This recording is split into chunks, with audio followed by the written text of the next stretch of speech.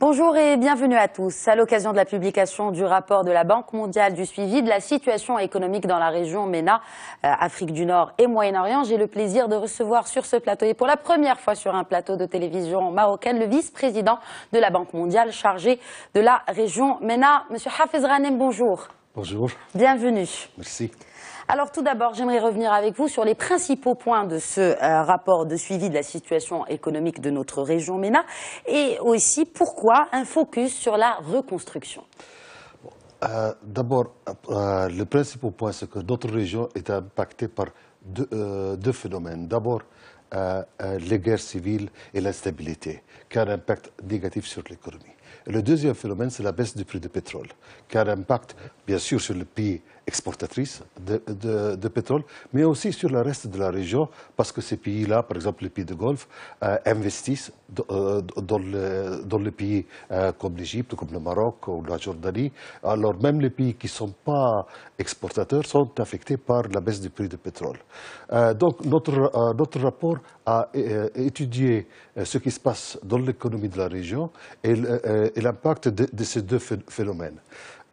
Nous avons trouvé que les pays quand même de la région, la plupart des pays de la région, ont pris des mesures pour améliorer leur situation économique. Et que maintenant, nous voyons un taux de croissance qui va être à peu près de 2,5% par an. C'est les pays du Golfe, les pays exportateurs de pétrole ont pris des mesures pour stabiliser leur économie et pour la diversifier. Mais il y a aussi des pays comme l'Égypte, par exemple, qui ont mis en place des mesures de réformes qui ont eu un impact positif sur la croissance économique. Et pourquoi l'accent sur la reconstruction? Et tout le monde me dit « Ah, mais il faut attendre la fin des conflits. » Voilà, c'est cela. Le conflit est toujours là. Avant de penser à reconstruction. Et là, j'ai deux points que je voudrais faire. Premièrement, il faut être préparé. Parce que pour que le lendemain de la paix, le lendemain de la stabilité, nous devons pouvoir agir tout de suite. Il ne faut pas oublier quand même que la conférence de Bretton Woods, qui est la conférence pour la reconstruction de l'Europe après la Deuxième Guerre mondiale, a eu lieu un an avant la fin de la Deuxième Guerre mondiale. Ça, c'est le premier point. Le deuxième point, c'est que même pendant les conflits, il y a des choses que nous pouvons faire pour aider les populations. Par exemple, aujourd'hui, en Irak, et même dans les régions où il y a le conflit avec Daesh, nous sommes en train de financer des projets de reconstruction. Au Yémen, nous sommes en train aujourd'hui de financer, par exemple, le programme de vaccination des enfants.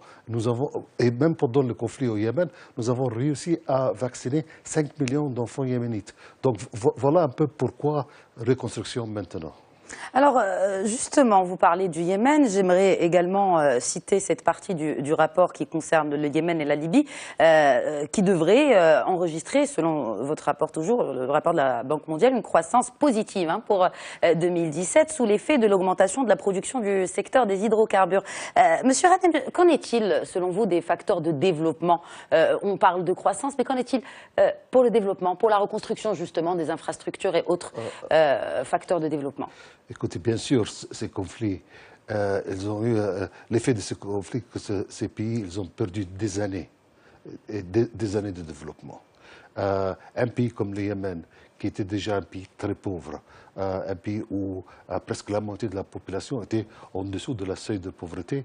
Aujourd'hui, nous estimons que 80% de la population yéménite a besoin de l'aide alimentaire. Voilà la taille du problème. Vous avez évoqué tout à l'heure les réformes qui ont été engagées par les pays du Conseil du Golfe. Parmi ces réformes, il y a cette levée d'obligations à l'international, des réformes qui ont été bien sûr engagées par plusieurs pays de ce Conseil. Pensez-vous que cela soit suffisant, Monsieur Ghanem? Moi, je pense que ces pays, ils ont pris les étapes les plus importantes. Et d'une certaine manière, la baisse du prix du pétrole peut être vue comme une opportunité. Parce que c'est une opportunité pour ces pays de prendre les mesures nécessaires pour diversifier leur économie. Donc, vous avez parlé des financements à travers des bons internationaux, des obligations internationales.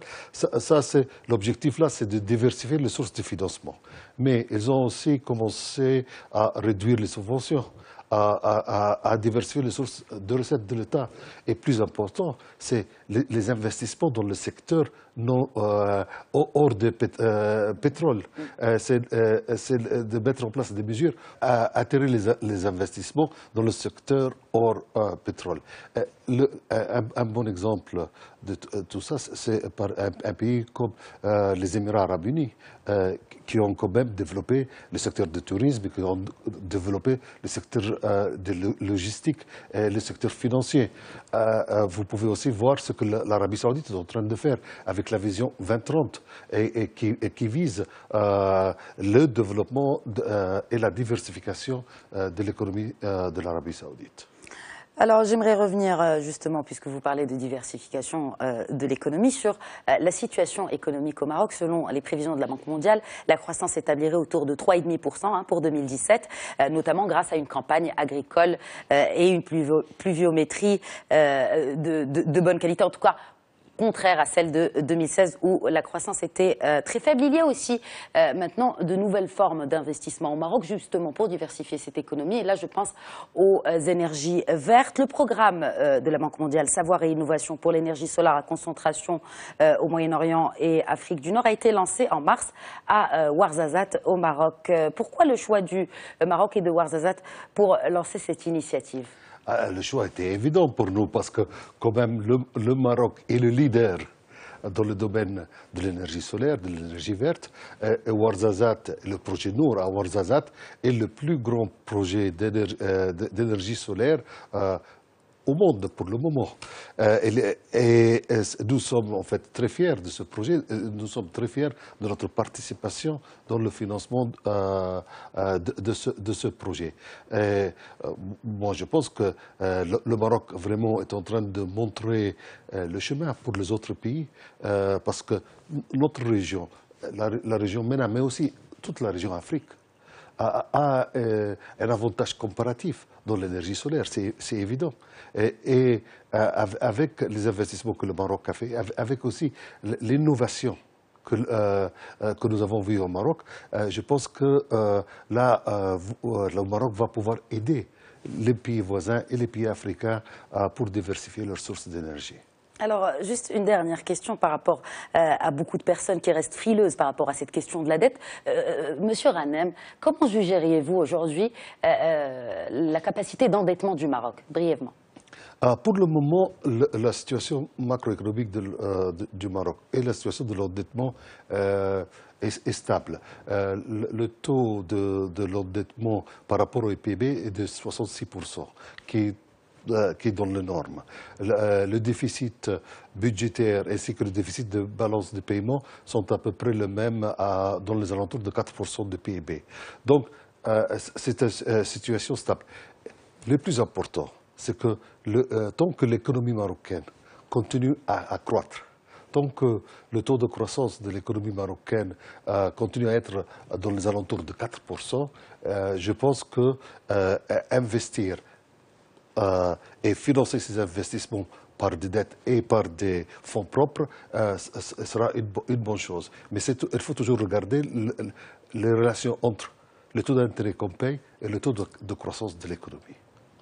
Hafez Ghanem, merci beaucoup pour cet entretien que vous avez accordé à Médien TV. C'est moi qui vous remercie. Merci à vous de nous avoir suivis. Je vous souhaite une excellente suite des programmes sur Médien TV. L'info continue sur notre chaîne et sur le www.medientv.com.